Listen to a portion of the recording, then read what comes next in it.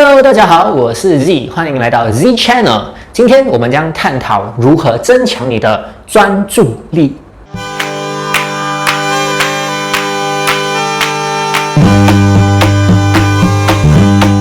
你有没有试过，当你在很专注的阅读的时候，突然间手机震了一下，让你这个阅读的过程中断之后，找不回你自己原本在读什么？又或者呢，你正在做工的时候，同事走过跟你打了个招呼，当你回到你自己的座位上的时候，你也忘了你正在做些什么？这就是关于我们今天所要谈论的。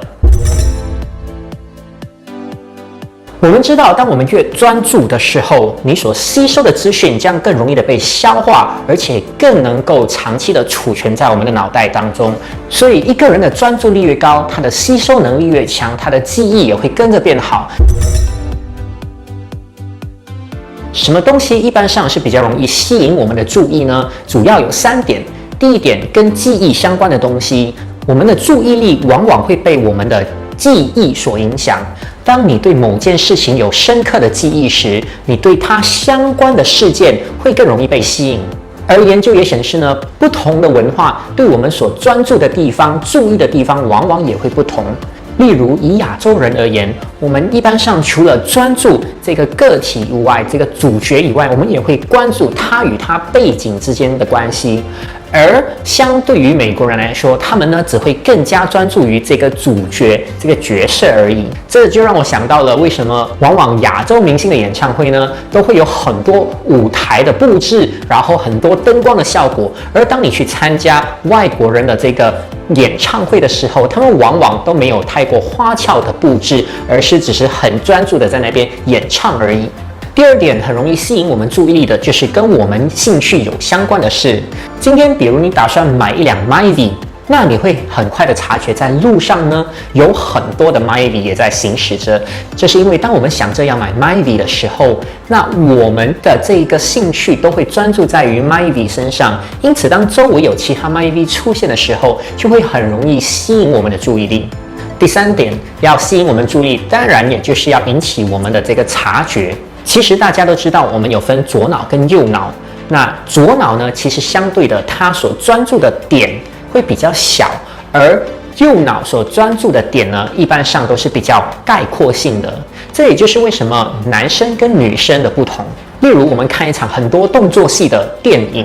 对男生来说，他可以很容易的专注在那个角色身上，然后跟着角色的运动去观察、去了解。而女生呢，一般上往往就会说：“哇，好混乱！”因为对他们来说，他们的这个专注点是比较大面积的，所以他们会比较难捉摸到这些小小的细节。那在吸引我们注意力的时候呢，脑袋发生了什么事情？基本上我们的脑呢有3种网络，而这3种网络就是帮助我们可以去察觉，然后观察，然后决定行动的一个网络系统。第一个网络系统我们叫做 Alerting Network， 警觉网络。这个警觉网络呢，是我们内有的一种警告系统，它会无时无刻的观察我们五官周围的世界。那如果他们察觉到任何的异样，他们就会给予我们整个脑袋一个很大的警告。例如，你走在路边，一粒球远方飞过来的时候，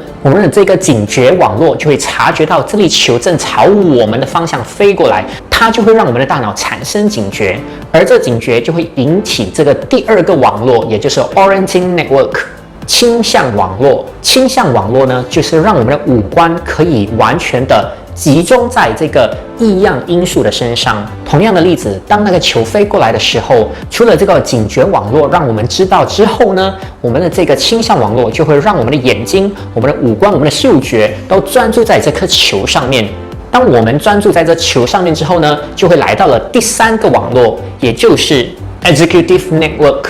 执行网络。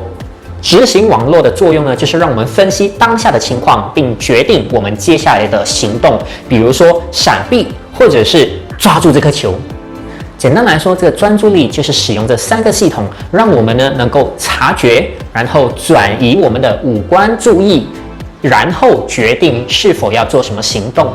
专注力这样东西，很多时候我们都是以为它与生俱来，所以我们都把它当成理所当然的东西。但是其实呢，往往我们对这个专注力呢有一些误解。第一个可以很常影响我们专注力的就是情绪。一般上我们都知道，如果说让我们情绪感觉越深刻的东西，我们会记得更加的刻骨铭心。比如说，现在我要你回想起你小时候印象最深刻的一件事情，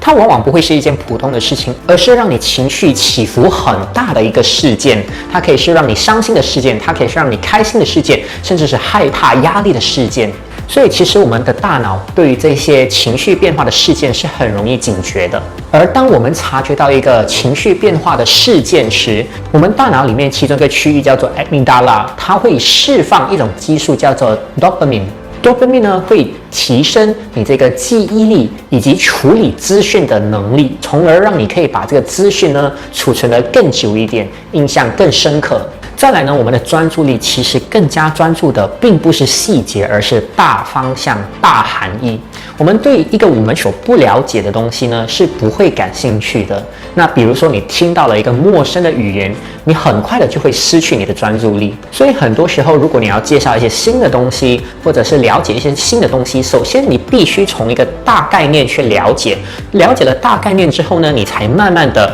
更加深入去了解更加详细的东西。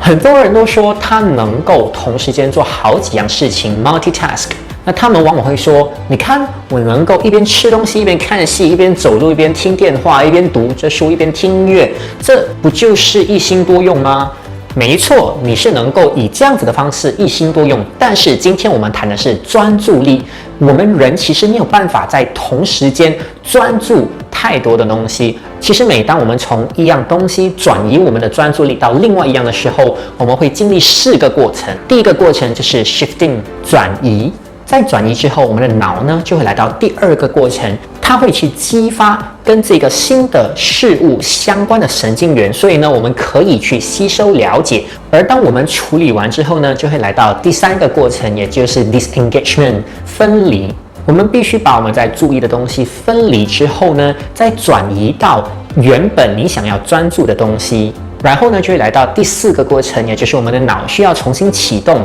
去找寻回刚才我们所了解过的东西，所以它才可以继续的再做个连接，就这样子的不断的重复这个过程。这4个过程它必须是有次序的，它必须经历了第1点、第2点、第3点、第4点，再回到第1点。所以简单来说，当一个人说他在一心多用的时候，基本上他就是先从第1个专注点抽离之后，然后把我们这个所有的注意力转到第2的任务身上，启动我们的大脑，最后呢再抽离之后再回到来。而研究也显示，一个人如果同时间专注太多东西，他会消耗比别人多50%的时间，而且犯的错误也比别人多50%。最后我们的脑是需要停顿、需要休息的。一般上，当我们持续专注一个10分钟之后呢，我们的脑就需要进入一个休息的状态。